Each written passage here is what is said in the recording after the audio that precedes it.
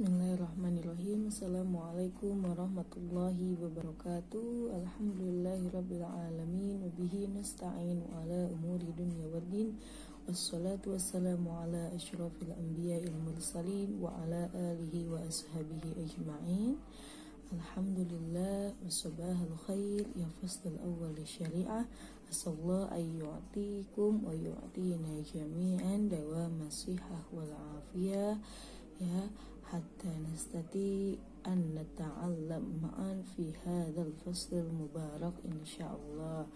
Alhamdulillah, sampai hari ini Allah masih memberikan kita kesempatan untuk sama-sama belajar, khususnya di dalam pelajaran fikih muamalat ya. Semoga pertemuan pertama kita di semester 2 ini ya Allah mudahkan, Allah ridhoi dari awal ini. Semoga Allah berikan keistiqomahan dan niat kita menjadi niat yang memang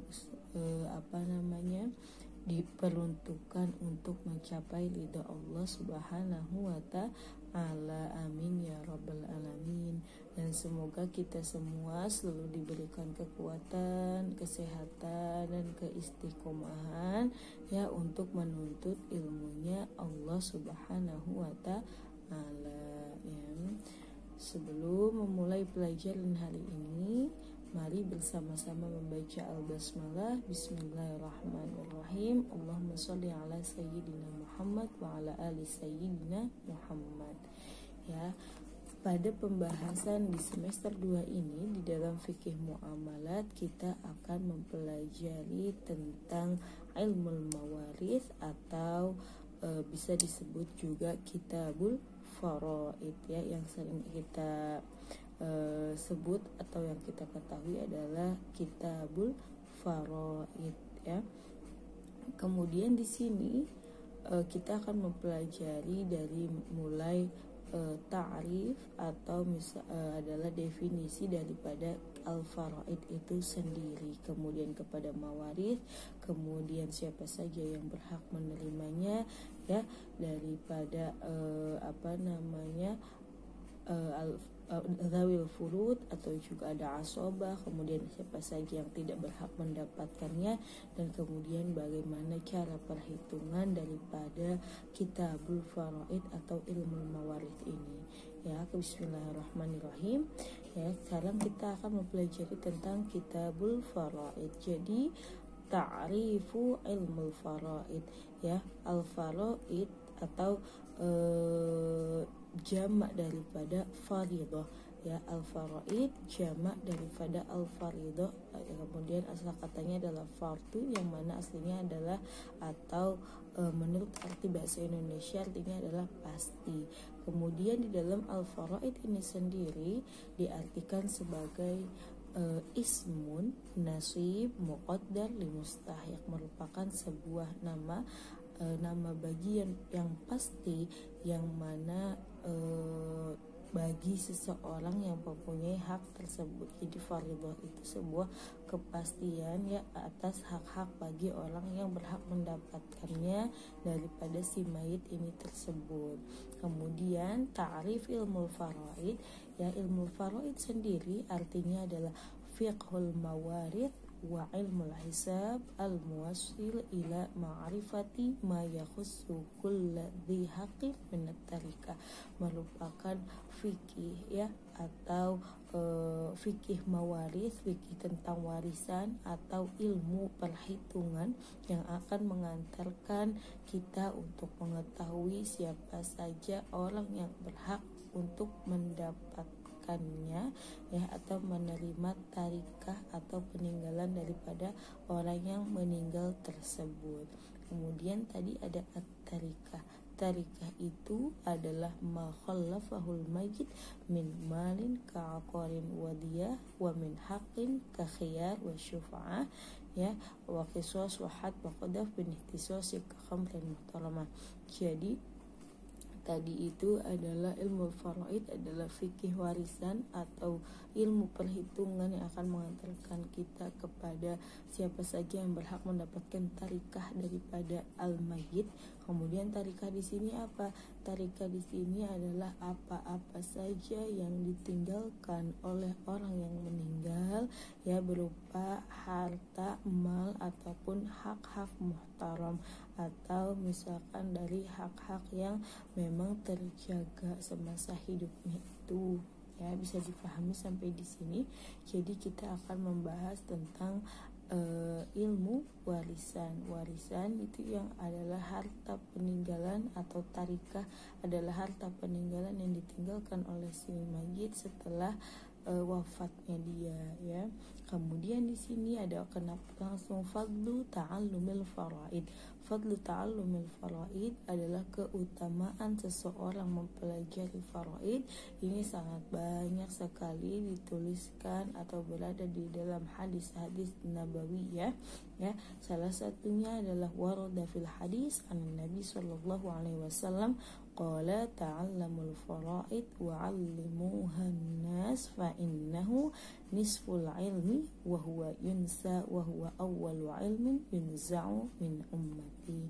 Ya, jadi di dalam hadis Rasulullah sallallahu alaihi wasallam bersabda, pelajarilah ilmu faraid, ya. Kenapa? Serta ajarkanlah kepada orang lain, karena sesungguhnya ilmu faraid adalah setengahnya ilmu, nisfun minal ilmi, ya. Wahwa yunsa, dan sesungguhnya ia akan dilupakan.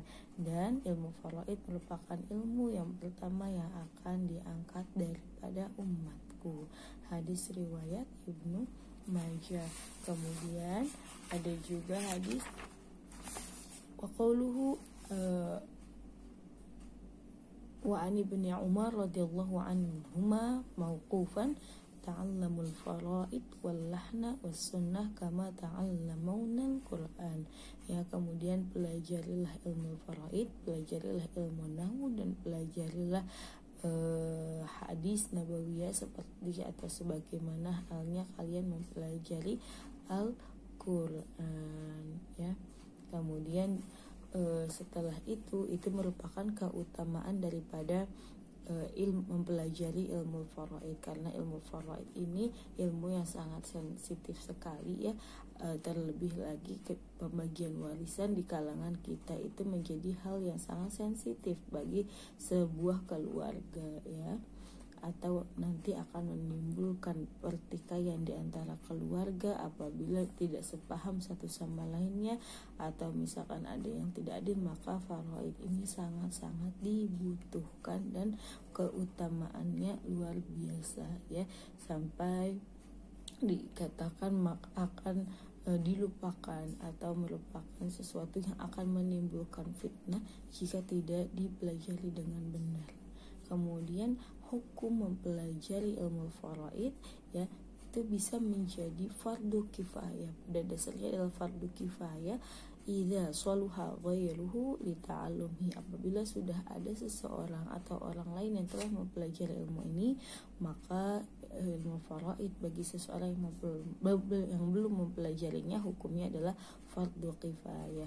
Tetapi jika belum ada seseorang atau sama sekali yang belum mempelajari ilmu faraid, maka ilmu faraid ini hukumnya adalah fardu ain, ya, atau wajib untuk mempelajarinya bagi setiap orang idza lam yasluh ghairuhu li ta'allumihi. Kemudian dasar hukum daripada ilmu faraid ini sendiri di dalam Al-Quran surat An-Nisa ayat 11, kemudian An-Nisa ayat 12, ya, yang berbunyi Bismillahirrahmanirrahim, yusikumullahu fi auladikum lidzakari mithlu hadzil unthayain.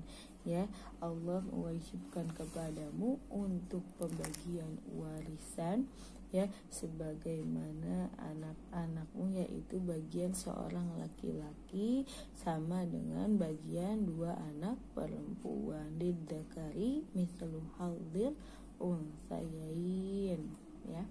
Kemudian di dalam hadis qauluhu alhiqu al-faraid bi ahliha fama baqiya fali aula rajuli dzakarin. ya berikanlah bagian kepada ahli waris yang mendapatkan bagiannya yang sudah ditentukan. Maka apabila masih ada sisa dari bagian tersebut, maka menjadi hak ahli waris dari kelompok laki-laki dari ahli waris yang lebih diutamakan. Hadis riwayat Bukhari. Kemudian selanjutnya, setelah kita mengetahui apa itu ilmu faraid, kemudian kenapa harus mempelajarinya, hukumnya seperti apa, dan keutamaan-keutamaan yang diberikan atau ketika kita mempelajari ilmu faraid yang sangat besar, di dalam hadis-hadis tertera banyak yang mengaitkan tentang ilmu faraid.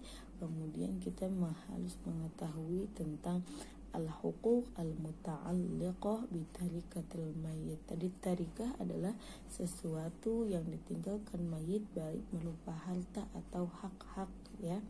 Kemudian di sini adalah al-huquq al-muta'alliqah bitarikatil mayyit. Al-huquq al-muta'alliqah bitarikatil mayyit adalah hak-hak yang berkaitan dengan harta peninggalan mayit, ya, dengan harta atau hak dari peninggalan mayit tersebut, ya. Jadi hak-hak yang berkaitan dengan tarikatul mayit atau harta dan hak yang ditinggalkan oleh mayit itu ada sabitun qablal maut, ada juga yang sabitun bil maut. Ada yang memang sudah ditetapkan dari sebelum si mayit ini meninggal, jadi hak-hak itu harus dipenuhi. Setelah dia meninggal pun harus dipenuhi. Kemudian ada juga hak-haknya ini memang sabitun bil maut, ada juga yang baru ditetapkan setelah kematian daripada seseorang tersebut, ya, maka baru berlaku hukumnya. Kalau yang sabitun qablal maut adalah hak al-muta'alliqah bi ainit tarikah, ya, atau bidimmatil ain. Dan ada juga kalau yang sabit bil maut itu contohnya ada mu'natut tajhiz, kemudian untuk membayar al-wasoya, kemudian ada juga untuk memenuhi al-irth atau al-warathah itu sendiri, ya. Kemudian di sini jadi al-huquq al-muta'alliqah bitarikatil mayit atau hak-hak yang berkaitan dengan harta peninggalan yang ditinggalkan mayit setelah dia wafat, yang harus ditunaikan oleh seorang yang masih hidupnya itu ada 5 perkara, ya. Maka dan diwajibkan untuk tertib atau secara berurutan dari 5 hak-hak yang harus dipenuhi ini ketika hartanya memang sempit, dan dianjurkan wa yustahabbu juga untuk menggunakan at-tertib atau berurutan dari mulai hak yang pertama sampai al-aqu al-akhir al-khamis, kalau misalkan meskipun hartanya itu banyak, ya. Wal huquq al muta'alliqah bitarikatil mayyit, hak-hak yang ini adalah hak yang pertama adalah ada dibagi menjadi 6, yaitu karena al-haqul awal al-haq al-muta'alliqah bi'ainit tarikah, yaitu adalah hak yang berkaitan dengan harta peninggalan tersebut, yaitu yang sabitun qablal maut itu ada 6. Yang pertama adalah az-zakah, ya. Jika seseorang yang meninggal ini memang misalkan dari sebelum meninggalnya selalu membayarkan zakat, terutama zakat malnya, gitu, ya. Kalau misalkan pada waktu meninggal itu dia belum membayar zakat dan telah sampai kepada nisabnya, ya, maka harus ditunaikan zakat yang biasa dia bayarkan tersebut oleh ahli warisnya itu, ya, dari harta yang ditinggalkan olehnya. Kemudian yang kedua adalah al-jinayah. Al-jinayah di sini berarti adalah kriminal, yang salah satu contohnya adalah misalkan seorang yang meninggal ini mempunyai budak, ya, kemudian budaknya itu melakukan tindak kejahatan, ya, maka dan harus mengganti rugi, misalkan dia mencelakai seseorang atau bagaimana, maka harus dibayarkan daripada harta yang ditinggalkan oleh mayit ini sebagiannya atau sebutuhnya daripada untuk mengganti rugi karena abd atau hamba sahaya telah melakukan tindakan kejahatan kepada orang lain. Bisa difahami sampai di sini.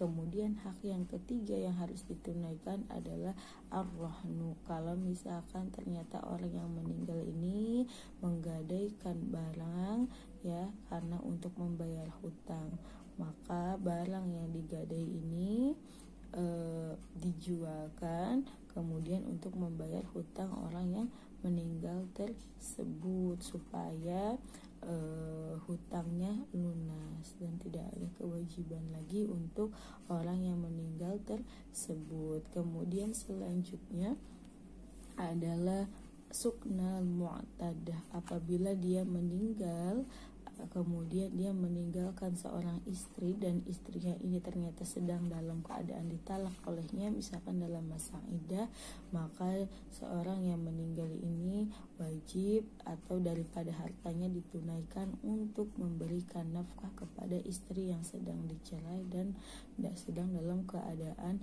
masa iddah, yaitu masa tunggunya ya ketika suaminya ini wafat, mulai dari nafkahnya ini nafkah dari mulai biaya hidupnya dan sebagainya sekemampuan daripada orang yang meninggal tersebut. Kemudian yang kelima al-mabi' lil muflis ya. Kenapa al-mabi' lil muflis ini? Contohnya adalah idza ishtara sahsun qabla mautihi sil'ah thumma lam yadfa' thaman thumma ba'da mautihi bi anna iflasuhu falil ba'i al-fashu wa akhdu al-mabi'. Misalkan jika seseorang yang meninggal ini sebelum dia meninggalnya membeli sesuatu dan belum dibayarkan, maka kemudian setelah wafatnya ini hartanya hanya mepet atau tinggal sedikit dan sebagainya, maka barang yang telah diambil ya dan belum dibayarkan berhak bagi si penjual ya untuk mengambil barang tersebut kembali ya dan memintanya, karena itu merupakan hak penjual dan belum dibayarkan oleh orang yang wafat, kecuali jika memang hartanya masih banyak kemudian barang itu ingin dibeli oleh ahli warisnya, silahkan. Kemudian yang keenam, hissatul amil fi ribhil qirat. Apabila sebelum meninggalnya orang yang wafat tersebut dia melakukan akad al-qirat atau mudharabah dia ya, jadi melakukan kerjasama atau ada dia merupakan pemilik suatu perusahaan atau suatu lahan kemudian mempekerjakan seseorang, maka dia wajib untuk membayarkan bagian upah orang yang bekerja pada kerjasama tersebut ya. Idza mata al-malik, atau misalkan yang pemilik modal ini meninggal dunia kemudian dia belum membagikan bagian daripada upah orang yang bekerja kepadanya ya, maka setelah meninggalnya diutamakan untuk membayarkan hak orang lain tersebut kepada yang berhak untuk menerimanya atau ar-ribh yang belum dibagikan tersebut ya.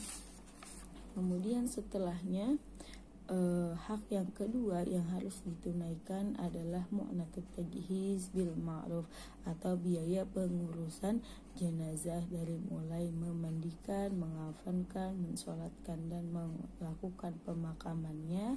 Itu biayanya kalau si mayit ini memang mempunyai uang, itu nanti diambil daripada harta yang ditinggalkan oleh mayit itu sesuai kemampuannya ya. Kemudian apabila ada permasalahan zaujah al-mutawaffah, kalau seseorang istri yang meninggal meskipun dia kaya, maka kewajiban pembiayaan pengurusan jenazah ditanggung oleh suaminya, karena sama saja seperti nafkah yang harus diberikan oleh suaminya, maka kewajiban tersebut merupakan daripada suaminya.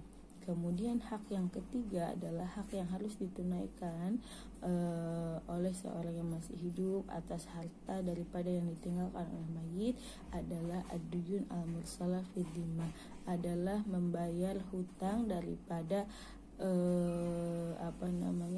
hutangnya si si orang yang meninggal tersebut ya.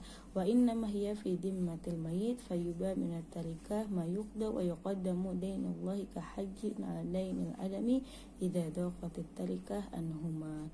Ya, jadi didahulukan juga dainullah daripada dainul adami. Kemudian yang keempat adalah al-wasoya bitulus, adalah wasiat sepertiga daripada hartanya itu setelah selesai pengurusan jenazah ya, bukan sepertiga daripada semua hartanya tersebut. Kemudian hak yang kelima adalah hakul irti atau pembagian warisan tersebut. Ya, kemudian di sini yang akan kita pelajari adalah hak-hak warisan yang harus diberikan kepada orang yang berhak menerimanya, yang akan kita sampaikan, yang akan kita pelajari di pertemuan selanjutnya. Ya, mungkin cukup sampai sekian pelajaran hari ini. Semoga bisa difahami daripada apa yang harus dipelajari atau artikan daripada ilmu faraid ini sendiri. Jazakumullah khair al husnul ihtimam. Jangan lupa untuk mengumpulkan videonya dan catatannya pada malam hari ini. Nafa'anallahu bi ulumi masyayikhna fid dharain. Amin. Wassalamualaikum warahmatullahi wabarakatuh.